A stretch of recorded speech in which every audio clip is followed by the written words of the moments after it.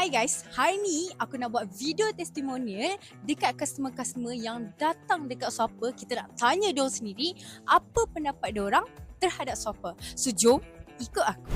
Okay bang, kenapa abang beli phone dekat Shopper? Apa yang best? Pertama, dia dekat dengan rumah saya lah, tinggal saya. Yang kedua, saya tengok harga dia berpatutan lah daripada kedai-kedai lain lah. Saya tengok boleh adjust harga lah kata, minta kurang sikit kan. Apa model phone yang abang beli dekat Shopper?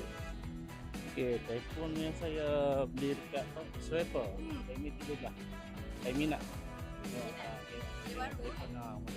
Model apa yang abang trade in dekat Shopper? Okey, saya sekarang pakai 14 Pro. Jadi bila saya datang kat Swiper ni, saya tengok ada 17 Pro yang harga berpautan. Jadi saya pun berminat dan terus ambil. Kenapa trade in phone dekat Shopper? Saya ni dengan Swiper ni saya dah pernah berurusan sekali. Jadi bila saya datang ke dalam komplek ke atau mana-mana tempat, saya tengok Swiper, saya akan nak singgah. So hari ni saya singgah, kebetulan ada phone 17 Pro yang saya ingin dan harga berpautan dan saya terus ambil. Okay, baik. Okay, last soalan.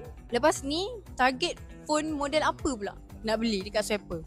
Okay, memandangkan 17 Pro ni yang latest daripada Apple lah kan Jadi mungkin next 1 month or 2 months later, sekiranya saya datang ke Swiper ni, saya tengok ada yang latest 18 ke apa semua, kalau harga berpautan saya akan ambil. Terima kasih. So, itulah beberapa testimonial yang kita dapat daripada customer Shopper. Jangan lupa untuk next video, apa pendapat korang tentang Shopper? Cuba komen.